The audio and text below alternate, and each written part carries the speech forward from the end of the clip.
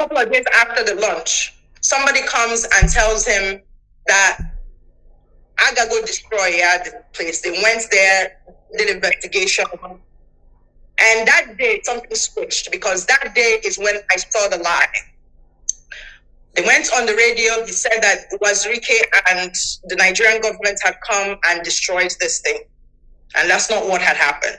In fact, at the point where he made that declaration, it hadn't become very, very clear, but it was clear that it wasn't those two people. It wasn't Wazirike. I'm not a big fan of Wazirike, but I can't say that it was him, right? But prior to that, it was said, oh, Nigeria, he came with the Nigerian government to report. So I saw a thing that I hadn't seen prior to that. And I saw it because I had already seen the structure. Obura structure, I want to much have pillars. You know those pillars, they have irons in them, like rocks in them. So Obura here, a hammer to break. You would need to have heavy machinery to go and like I don't know how to explain, like akupe, like it goes there. He was on the radio and he said that. So I remember asking, like, you know, how they knew that it was Wazirike, because I had overheard other things that it wasn't. So that's when I knew that something was off. And then I was like, if it was Nigerian government, the May 30th remembrance was in all the dailies. So why didn't they come with police on the day and Kusasiaya that day? Why did they have to wait a couple of days? I didn't get a satisfactory answer from Mr. Kanu. And it now triggered something, because now I had already gone and told people online that I was going to document this documentary on it about building of the cenotaph. I had already also told people to donate money from the diaspora to this cause. So, and I'm animal to our people name. Eventually, yes. So when I started asking questions, I didn't get the answers. I'm going to travel, and when I come back, I'm going to do all of the information you need. And so I started looking for my own information. It was during that time that I found out that Radio Biafra was actually registered as an LTD, as opposed to the org that he said it was. When you register organizations like that, you're supposed to register them as an org, an organization, as opposed to like a limited liability company that is owned by a person.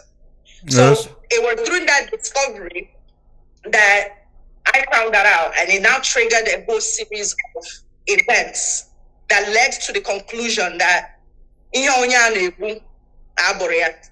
at that time, it started to become obvious too, based on the lies, that this thing has to know self-determination, political negotiation.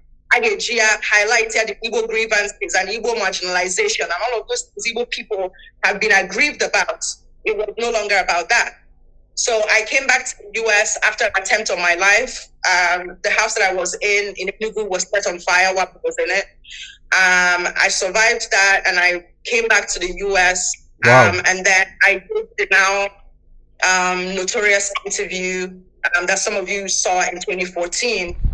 I was explaining the same thing I'm explaining now, but also saying that, you know, from what I found out, it was a money-making scheme. There was no that was coming. There was no plan to do that. In fact, back then, there was no violence that I saw, so I can't speak to that. But a year after, we then saw he came to America and started asking for arms and defense fund and all of those things.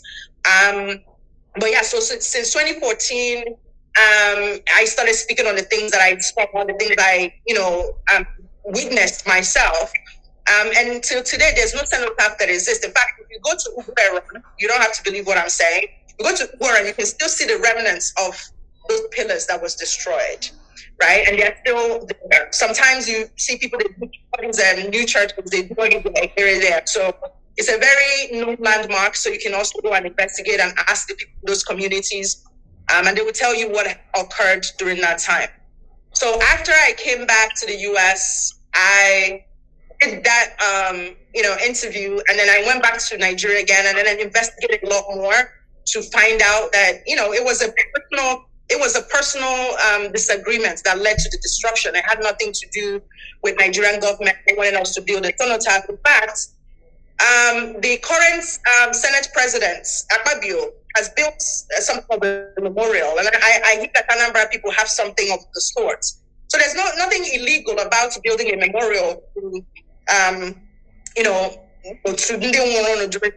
nothing illegal that says you can't do that. Yes. So that argument in Nigeria, they are seeing propaganda. So that's a little bit of so there's a little bit of history there.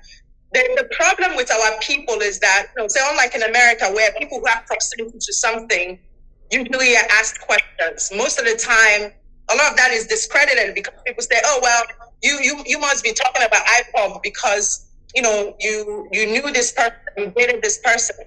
But our relationship or is that this is why ESN was formed and all the victims are Igbo? Or my personal feelings, and to me, if you want to tell facts about things, you must focus on the relevant issues. Yes. I don't mean into salacious that's not important to it. But the problem was that because I was a woman, and because I think also because of the type of woman that I was, it was harder for people to want to lock into the reality. And unfortunately, even a lot of the politicians, a lot of people of importance that know me personally, that have spoken to me personally, that interviewed me personally, to know what I knew, could have done something to alert our people. Especially by the time you started seeing sit at home was being enforced by force. When you started seeing the breakdown of order, when you started seeing those orders, those utterances happen, they had every responsibility and duty as leaders, as the people who claim that they knew more than me, and they all stayed silent, right? Because of the things that they thought they could gain from it. A lot of our politicians weaponized Kanu's agitation. They thought they could use it to score points with Buhari, and it didn't work. A lot of them also thought they could use him as a machinery, so that whenever he did sit at home for elections, they would go and negotiate and all of those things. But every single step of this whole agitation for the past almost 15 years, none of it has led to everybody wants scholarship, everybody want industry, everybody want project. I am sniting. All run on the Biafra thing. No, I think Igbo would have been, and we have not seen any of that today. So I think clarity has vindicated. Unfortunately, I think if I had been a man, it would have been a lot easier for people to believe, because India and you want looking at one, you focus so on the motivation. Or the reason why you're saying something as opposed to what they are observing. Because some of them are feeling like you are more like an angry ex. Exactly. Yes. And the woman scorned. But that would then bring into question. Now how what I would say ex and what are they with all the people who have spoken on IPOB and who speak. The victims the person the person. None of those things. To me, I think those are distractions. But it also tells me not why we are where we are. Okay, we have become a people who are anti-facts. You can speak against Kanu na the ESN na IPOB. If you say, okay, well, Jen one Jordan also in the living loop, but also then draw those people. I say no. You must, if you're a poor person, you must support. How Igbo must I be then to support the destruction of Adannam? In Imo State, where would I go when I want to go and visit my people there?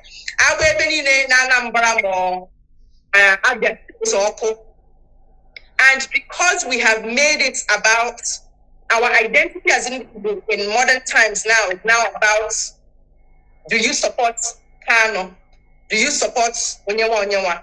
That's the way that Igbo people now identify themselves, and it's a sad reality, and it's unfortunate. And I really hope that we will have this one day talk within ourselves. And if we continue on this path, presidency, we're not going to. Because in 2023, when we knew that our brother was going to go and become a candidate, I mean, no election, no referendum, no election. Okay, people got registered to vote. We boycotting of election. 2 days before election, after they went and settled with this same person, we called off that boycott. What did it lead us to? Nothing. Right? Yes, yes. Up now for your own goal. When you start digging a hole and you're inside, you have to stop digging, because the more you dig, you know everything will.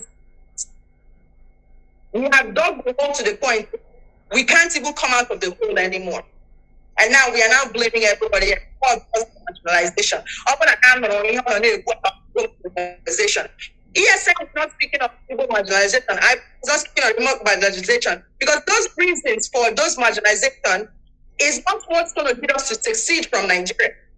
And every time that we call for succession, instead of negotiation, instead of having a conversation about the actual grievances, I know because we can't reach Nigeria, so we must reach Europe. You are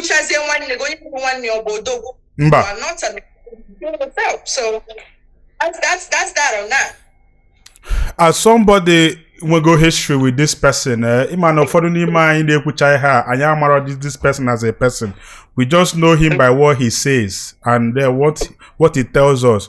Can you about the person of Nnamdi Kanu as somebody to go up close with him, his person? What do you have to say about him as a person? Do you have anything? Well,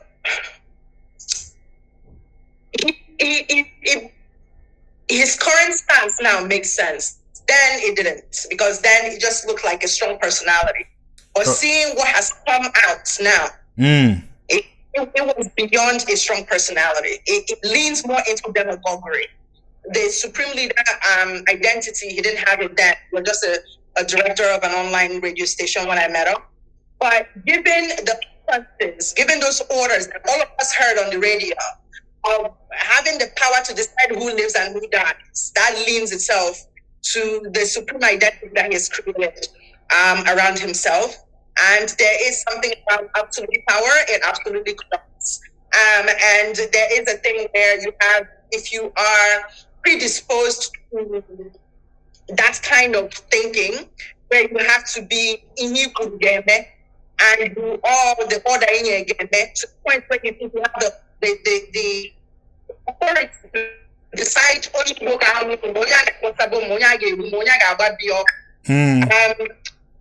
sense now that it turned out to be. There's nothing surprising about it now, but retrospect, at that time, it didn't seem like it. It seems like somebody with a strong personality who doesn't listen to other people. Yes. Yeah. Thank you very much. You must be the type of person that I am when big. Yes. You become somebody who can be advised, who can be counseled. The end is always destructive. Good news. From anywhere you are in the world, you can now be our guest on BAM. As long as you have an internet connection and a mobile device, you can now be interviewed from our studio anywhere in the world. Contact the numbers on your screen to book a session with us.